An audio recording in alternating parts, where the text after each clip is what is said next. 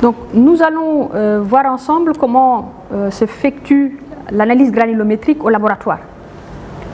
Alors, l'analyse granulométrique, c'est un essai qui nous permet d'avoir la répartition des particules des grains que vous avez dans le sol suivant leur diamètre.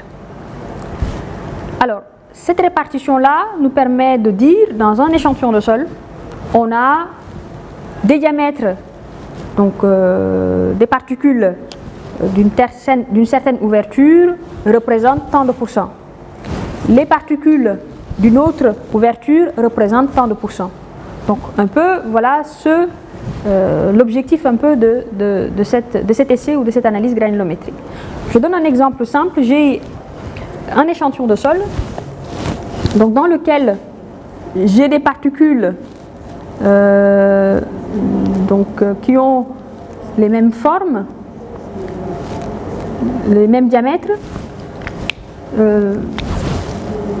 d'autres particules de forme arrondie, d'autres particules plus petites. Voilà. Donc, quand vous allez faire l'analyse granulométrique me permettra de dire, voilà, les fines représentent, donc les plus fines là, je vais les appeler les fines, représentent par exemple 20%.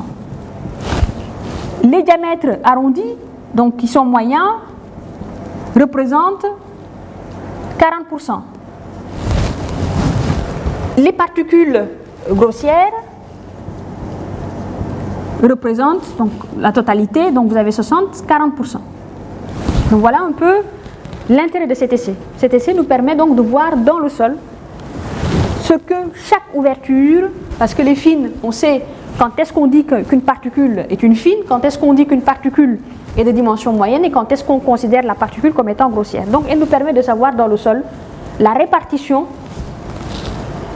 suivant les diamètres. Donc ça, c'est défini plus par rapport au diamètre. Donc on va regarder les diamètres, que représentent les fines, ce que représentent les diamètres moyens, ce que représentent les diamètres grossiers. Alors le principe est simple. Donc il vous suffit de prendre votre échantillon de sol. Dans un premier temps, donc vous avez votre échantillon de sol avec les particules de dimensions variées. Ce que vous allez faire, c'est que vous allez laver l'échantillon de sol sur le tamis 80 microns. Donc on va mettre ici de l'eau. Donc on va le laver, donc ça veut dire que en faire passant l'eau, donc le tamis, comme la base ici va faire descendre les particules. Donc j'ai ici un tamis de diamètre 80 microns.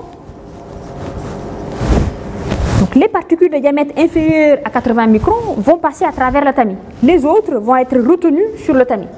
Donc après lavage, vous allez avoir sur le tamis que les particules supérieures à 80 microns, les fines, vont passer à travers le tamis. Ces fines, vous allez les récupérer.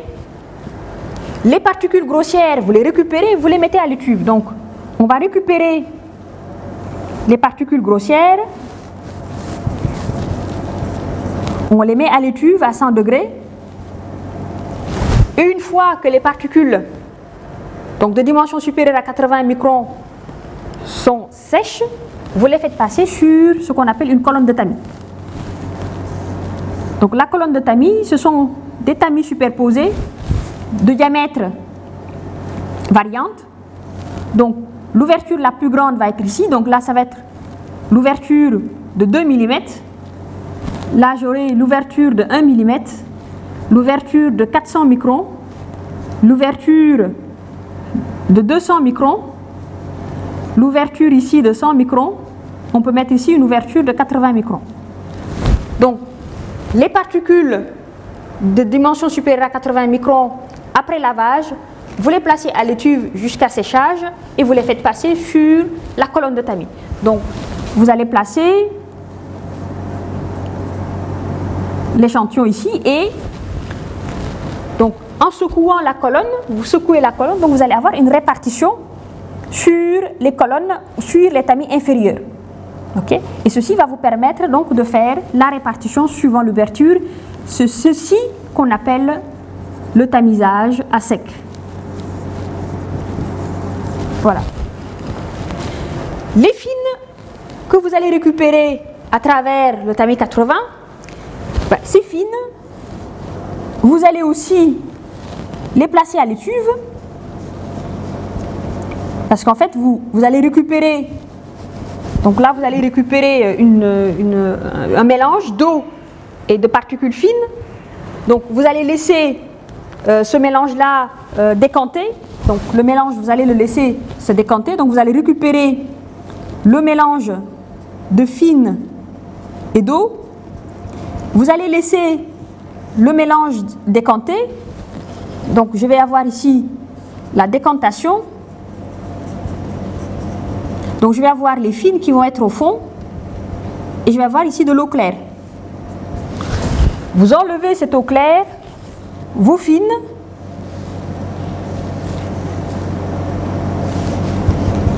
Vous les placez à l'étuve.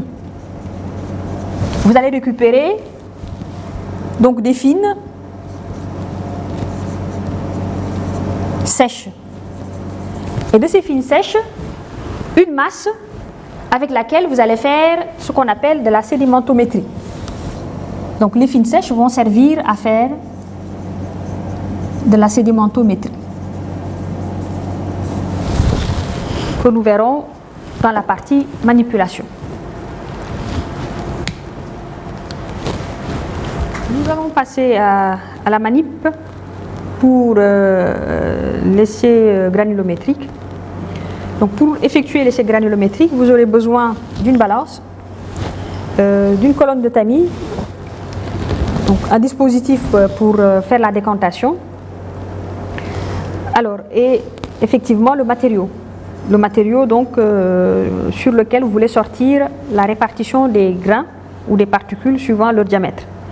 Donc nous avons ici un échantillon de sol qui est un mélange de fines et de sable grossier. Donc c'est un mélange, vous avez des particules très très fines ou moyennement fines, des particules un peu plus grossières, donc vous avez dans cet échantillon de sol.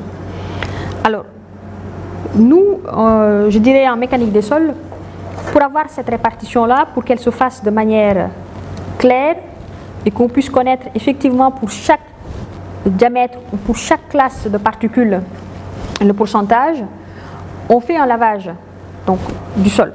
On lave le sol sur une ouverture.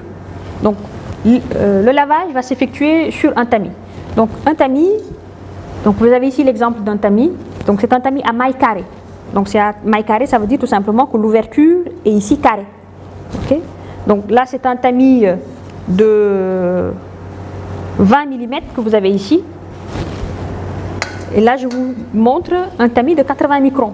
Donc, voilà, l'ouverture, il y a des ouvertures, mais les ouvertures font une dimension côté 80 microns, donc raison pour laquelle on a l'impression d'avoir quelque chose de tout à fait étanche, donc uni, alors que vous avez la possibilité de faire passer de l'eau, de faire passer des dimensions de particules inférieures à 80 microns. Alors donc, votre échantillon de sol, vous allez le placer sur le tamis, donc vous allez verser ceci sur votre tamis et laver l'échantillon à l'eau. Donc si vous le lavez à l'eau, les fines vont passer à travers et les particules de dimension supérieure à 80 microns vont rester sur le tamis. Alors les particules qui sont retenues sur le tamis, vous allez les placer à l'étuve et une fois sec, vous allez récupérer un échantillon que vous voyez ici qui est sableux.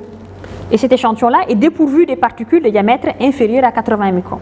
Donc cet échantillon-là, c'est les retenues de l'ouverture 80 microns. Alors, ces échantillons-là vont subir ce qu'on appelle le tamisage à sec. Donc le tamisage à sec, c'est quoi? C'est tout simplement, vous allez constituer votre colonne de tamis. Donc j'ai ici ma colonne de tamis, l'ouverture la plus grande est en haut et l'ouverture la plus petite est en bas. Donc ceci est le fond, vous allez placer votre colonne dessus, placez votre matériau, donc